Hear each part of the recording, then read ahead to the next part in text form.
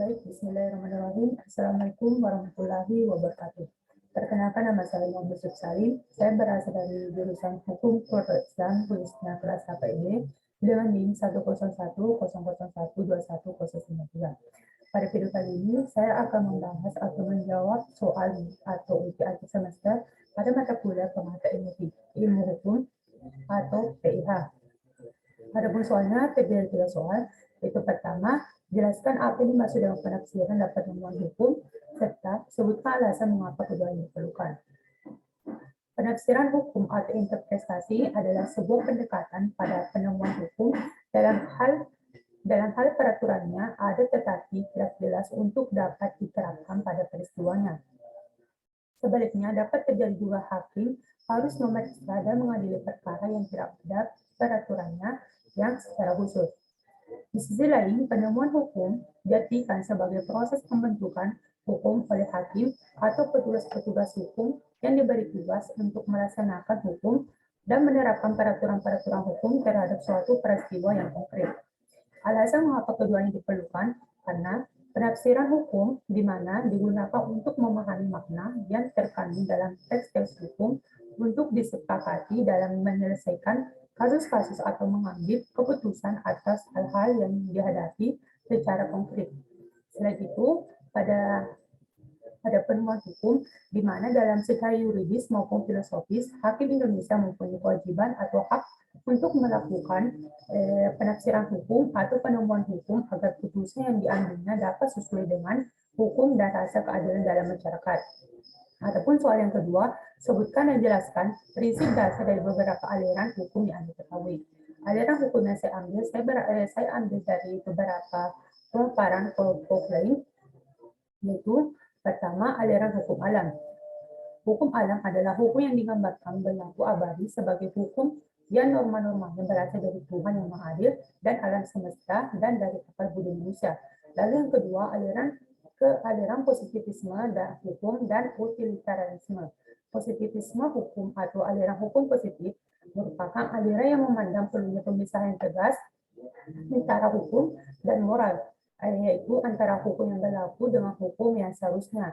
Di sisi lain, adapun aliran hukum utilitarianisme atau utilisme adalah aliran yang menciptakan atau menempatkan kemanfaatan sebagai tujuan utama hukum. Dalam hal ini, yang dimaksud dengan kemanfaatan adalah kebahagiaan atau happiness, karena dapat memberikan kebahagiaan yang dapat dinikmati oleh sebanyak mungkin individu di suatu masyarakat. Adapun aliran yang ketiga yaitu aliran sejarah dan sosiologi hukum. Aliran sejarah yang dimaksud di sini adalah mengenai kesadaran hukum berdasarkan peraturan, tetapi lebih melihatnya berdasarkan masyarakat sebagaimana dianggap oleh aliran sejarah. Di sisi lain, hukum secara sosiologi merupakan suatu lembaga pemasyarakatan yang diartikan sebagai suatu himpunan nilai-nilai, kaidah-kaidah, dan pola perilakuan yang berkisar pada kebutuhan pokok manusia dan saling mempengaruhi. Adapun aliran keempat yaitu aliran realisme hukum dan hukum bebas. Realisme hukum adalah aliran filsafat hukum yang memberikan kebebasan bagi hakim untuk membuat keputusan yang baik, sehingga paham ini menjadi alat legitimasi hakim untuk mengemuka hak hukum dan menciptakan hukum. Sedangkan pada aliran hukum bebas, di mana dimaksud pada aliran hukum bebas ini bahwa penentang paling besar terhadap positivisme hukum aliran yaitu hukum bebas, berpendapat bahwa hakim mempunyai tugas menciptakan hukum. Penemuan hukum tersebut menerapkan undang-undang tetapi menciptakan penyelesaian yang tepat untuk peristiwa yang konkret. Adapun aliran yang kelima itu aliran studi hukum kritis dan hukum feminisme. Aliran studi hukum kritis atau critical legal study merupakan aliran dari akibat ketidakpuasan dengan aliran dari teori hukum sebelumnya. Tujuannya untuk mengkaitkan teori dengan praktek dan untuk memperkuat gerakan dalam upaya melakukan transformasi.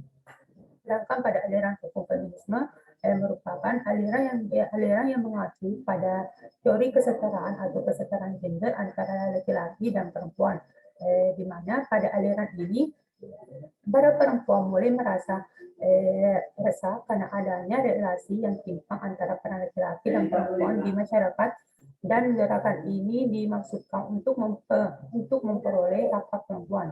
Adapun yang keenam, aliran pemikiran Indonesia, di mana aliran ini akan saya jelaskan di nomor 3. Adapun soal nomor 3 atau soal yang terakhir, dijelaskan perbedaan mendasar dari teori hukum pembangunan, hukum progresif, dan hukum integratif, serta dari ketiga teori tersebut, mana yang menurut Anda paling tepat diterapkan di Indonesia saat ini. Itu pertama, teori hukum pembangunan, di mana teori hukum pembangunan ini dimaksud agar semua masyarakat yang sedang membangun selalu dicerita oleh perubahan dari hukum yang berfungsi agar dapat menjalin perubahan itu terjadi dengan cara yang teratur. Intinya dalam kepastian hukum tidak boleh bertentangan dengan keadilan, dan keadilan tidak boleh hanya diterapkan sesuai dengan kehendak pemegang kekuasaan. Adapun teori hukum yang kedua itu teori hukum progresif, di mana teori hukum progresif ini berguna untuk mengatasi keterpurukan hukum di Indonesia secara lebih bermakna atau signifikan, seperti pembalikan dasar, melakukan pembebasan, terobosan, dan lain-lain. Dari hukum progresif ini membuat itu memecahkan suatu persoalan-persoalan bangsa yang kini semakin kompleks, serta mencari keadilan terhadap sistem yang ada dan perbaikan atas kondisi hukum di Indonesia saat ini. Adapun yang ketiga, teori hukum integratif, di mana teori hukum integratif ini memiliki arti bahwa hukum dalam satu wadah pemikiran, yaitu rekayasa birokrasi dan rekayasa masyarakat, di mana pada sistem perilaku dan sistem nilai yang bersumber pada Pancasila. Intinya dalam pemikiran teori hukum integratif ini merupakan perpaduan pemikiran dari teori hukum pembangunan dan teori hukum progresif. Karena bahwa hukum sendiri sebagai sistem yang mengatur kehidupan masyarakat yang tidak dapat dipisahkan dari kultur dan karakter.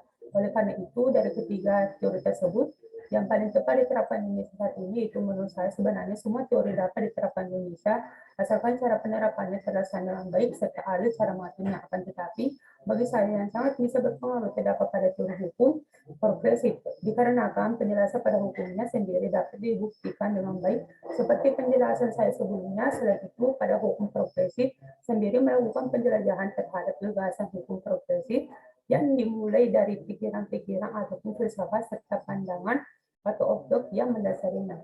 Sekian itulah penjelasan jawaban dari saya. Wabillahi taufiq wal hidayah. Wassalamualaikum warahmatullahi wabarakatuh.